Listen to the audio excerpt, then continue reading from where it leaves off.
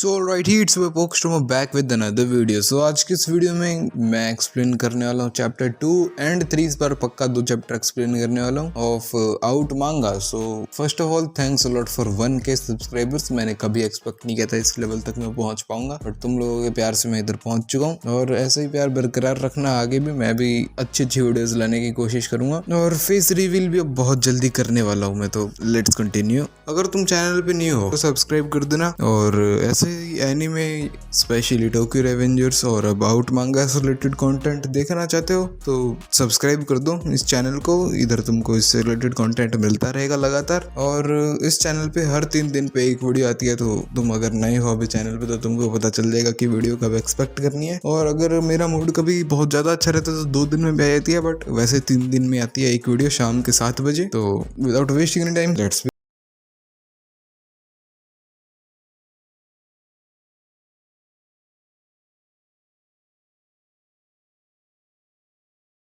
तो चैप्टर 2 की शुरुआत में तात्स्य बोलता है कि लिख दो उसको, अगर तुम नहीं लिखोगे तो मैं भी तुमसे लड़ने नहीं वाला हूँ। देखो, और तो वो 17 साल का बूढ़ा आदमी था, वो अपना मुंह से खून निकला उसको पूछता हुआ जाने लगता है और बोलता है कि तुम कहीं मत जाना और भागने की तो सोचना भी नहीं। और तात्स्य बोलता है हाँ। वो थोड़ा 5-10 सेकंड के बाद आता है और बोलता है ये लो, मैंने इस पे साइन और बाकी सब कर दिया, अब तो ठीक है।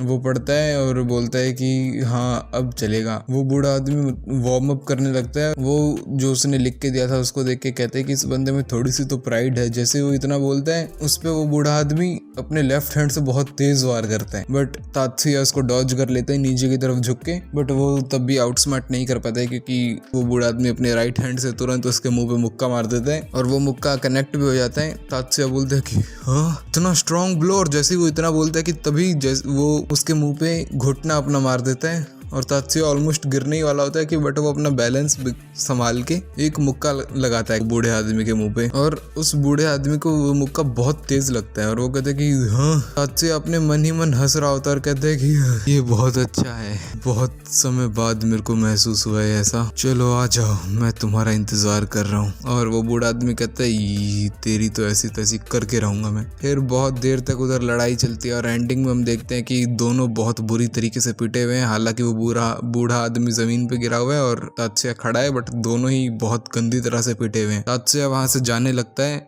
पर तभी उसको पीछे से आवाज आती है रुको। वो पीछे घूमता है और देखता है कि वो बूढ़ा आदमी उसकी तरफ घूर रहा होता है। तात्स्य बोलता है हाँ तुम अभी भी लड़ाई करना चाहते हो? तभी वो बूढ़ा आदमी उसकी तरफ लाइटर फेंकता है और बोलता है कि जो प्रॉमिस किया था मैंने वो प्रॉमिस पूरा भी करना होता है। तात्स्य मन में बोलता है अरे हाँ मैं तो भूल ही गया था कि जो हारेगा उसको जीतने वाले को लाइटर देना पड़ेगा, उसमें सच में प्राइड है। पर तभी वो बूढ़ा आदमी कहते हैं कि प्लीज किसी को मत बताना। तात्स्य बोलता है हाँ। वो बूढ़ा आदमी कहते हैं कि मैं कह रहा हूँ, लेकिन जैसे वो इतना बोलता है कि तात्स्य बोलता है क्या कह रहे हो जल्दी बताओ। वो बूढ़ा आदमी कहता है मैं कह रहा हूँ कि ये बात तुम किसी को मत बताना कि तुमने मेरे को हरा दिया है। तात्स्य बोलते क्या?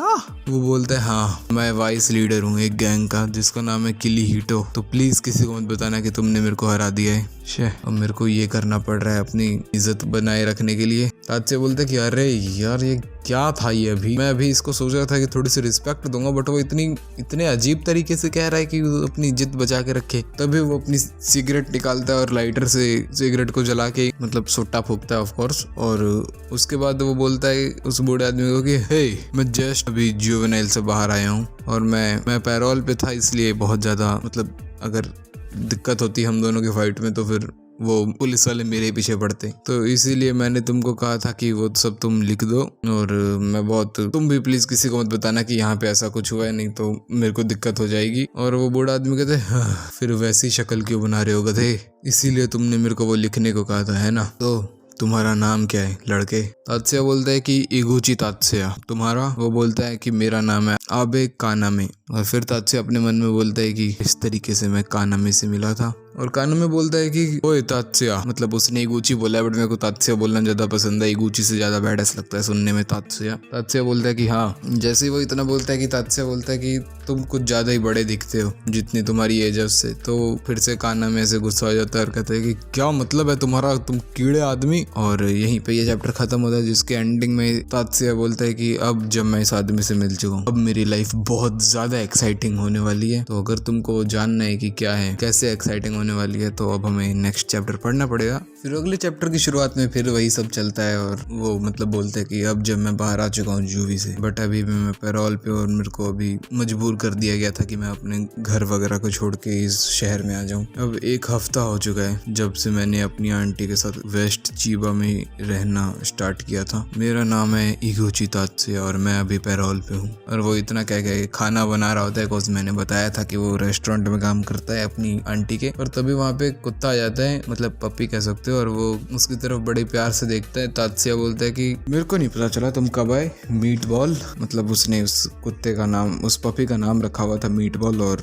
वो पहले से आ रहा है। इस 1 हफ्ते में उनकी दोस्ती हो चुकी है आई सपोज। वो पपी हल्का सा मतलब भौंकता है वूफ करके और तात्सुया बोलता है हाँ रुको, मेरे पास है तुम्हारे लिए कुछ, चिंता मत करो। और फिर वो उसको एक मीट का टुकड़ा दे देता है खाने के लिए और बोलता है कि तुम बहुत गधे हो, मतलब तुम कुत्ते तो हो ही बट तुम गधे भी हो दिमाग से, क्योंकि सिर्फ मीट खाना तुम्हारे लिए बढ़िया नहीं है, तुमको वेजिटेबल्स वगैरह भी खाना स्टार्ट कर देना चाहिए मेरे हिसाब से। तुम खुश नहीं हो क्या? अब हम दोनों फ्रेंड्स हैं, है ना? जैसे वो इतना बोलता है कि वो पपी उसकी तरफ भौंकता है गुस्से में और ऐसा लगता है कि अब तात्सुया भी उसकी भाषा समझ रहा है और वो कहते हैं कि हाँ मैं कोई तुम्हारा खाना वगैरह नहीं चुरा रहा। तात्सुया उसको देख के कहता है कि तुम छोटे कीड़े, तुम शायद मेरे को जानते नहीं हो बट मैं बहुत बड़ी चीज हूँ। मैं जहाँ पहले रहा करता था वहाँ पे मेरे को मैड डॉग ऑफ कोमोई के नाम से बुलाया जाता था। मीट बॉल, अकेले रहने में तुमको लोनली फील नहीं होता? मतलब मैं भी अकेला रहता हूँ तो मेरे को तो बहुत होता है। फिर हमको दिखाता है कि वो सबको सर्व कर रहा है और ऑर्डर्स वगैरह ले रहा है, उससे चीजें गिर रही हैं, वो माफी मांग रहा है। वो मतलब बहुत ज्यादा थक गया था तो वो बाहर आके बैठ जाता है और सोचने लगता है कि क्या कर रहा हूँ मैं ये सब, इससे बढ़िया मैं छोड़ देता हूँ। पर क्या मैं छोड़ सकता हूँ? नहीं, अब तक तो बिल्कुल नहीं, जब तक मैं पैरोल पे हूँ। अभी तो 1 साल हो चुका है जब से मैंने अपना